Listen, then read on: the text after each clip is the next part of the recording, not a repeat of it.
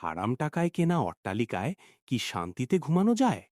রাজীবের বিলাসবহুল জীবন থাকলেও তার প্রতিটি রাত কাটে চরম আতঙ্কে। আজ আমরা জানব কেন পাপের শাস্তি দুনিয়াতেই শুরু হয়। বর্তমান সমাজে রাজীবের মতো অনেকেই সুদের কারবারে জড়িয়ে পড়ছে। তারা ভাবছে সম্পদ বাড়ছে, কিন্তু প্রকৃতিগতভাবে তাদের জীবন থেকে শান্তি আর বরকত চিরতরে হারিয়ে যাচ্ছে প্রতিনিয়ত। পবিত্র কোরআনে আল্লাহতালা অত্যন্ত স্পষ্টভাবে সুদের পরিণাম সম্পর্কে হুঁশিয়ারি দিয়েছেন। আল্লাহ সুদকে সমূলে ধ্বংস করেন এবং দান সদকাকে বহুগুণে বৃদ্ধি করে দেন সর্বদা। আল্লাহতালা ইরশাদ করেছেন, ইয়ামহাকুল্লাহুর রিবা ওয়া ইউরবিস সদাকাত। অর্থ, আল্লাহ সুদকে ধ্বংস করেন এবং দান সদাকাকে বৃদ্ধি করেন সর্বদা।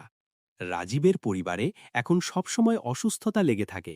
তার উপার্জনে কোনো বরকত নেই, কারণ আল্লাহ বলেছেন, যে আমার জিকির থেকে বিমুখ হবে তার জীবন সংকীর্ণ হয়ে যাবে। আল্লাহ তাআলা পবিত্র কালামে আরও ইরশাদ করেন, ওয়ামান আরদা আন জিক্রি ফা ইন্না লাহু মাঈশাতান দমকা। অর্থ, যে আমার স্মরণ থেকে বিমুখ হবে তার জীবনযাপন হবে সংকীর্ণ। সূরা তহা ১২৪। অন্যদিকে জাহিদের কথা ভাবুন, যে ওজনে কম দেয় এবং ভেজাল পণ্য বিক্রি করে। সেভাবে কেউ দেখছে না, কিন্তু তার অন্তরে আল্লাহ ভয় ঢুকিয়ে দিয়েছেন।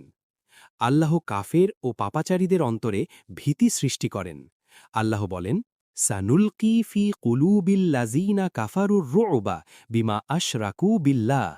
অর্থ, আমি কাফেরদের অন্তরে ভীতি ঢুকিয়ে দেব, যেহেতু তারা আল্লাহর সাথে শিরক করেছে। সূরা আল ইমরান ১৫১। শহরের তরুণরা আজ মদ ও জুয়ার নেশায় ধ্বংস হচ্ছে। এগুলি কেবল নিছক আনন্দ নয়, বরং শয়তানের সূক্ষ্ম চাল। আল্লাহ মুমিনদের এগুলো থেকে কঠোরভাবে বেঁচে থাকতে বলেছেন। আল্লাহ তাআলা সতর্ক করে ইরশাদ করেন, ইয়া আইয়ুহাল্লাযীনা আমানু ইন্নামাল খামরু ওয়াল মাইসিরু রিজসুন মিন আমালিশ শায়তান। অর্থ, হে মুমিনরা, মদ ও জুয়া শয়তানের কাজ বই কিছু নয়। সূরা আল মাইদা ৯০। আজকের সমাজে বিচারহীনতা আর প্রতিশ্রুতি ভঙ্গের কারণে চারিদিকে অশান্তি আর রক্তপাত বাড়ছে। রসুলুল্লাহ সাল্লাল্লাহু আলাইহি ওয়াসাল্লাম বলেছেন, কোনো জাতি প্রতিশ্রুতি ভঙ্গ করলে আল্লাহ তাদের ওপর শত্রুদের চাপিয়ে দেন।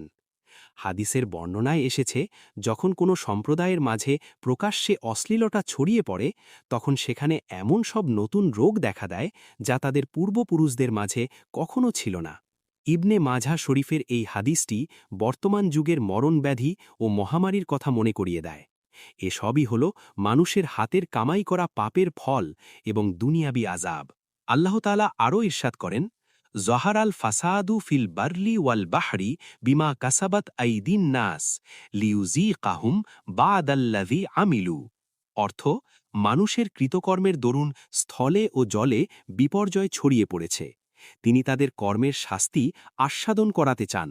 সূরা আর রুম ৪১। অন্যায়ভাবে অন্যের সম্পদ আত্মসাৎ এবং ওজনে কম দেওয়ার কারণে সমাজে আজ হাহাকার।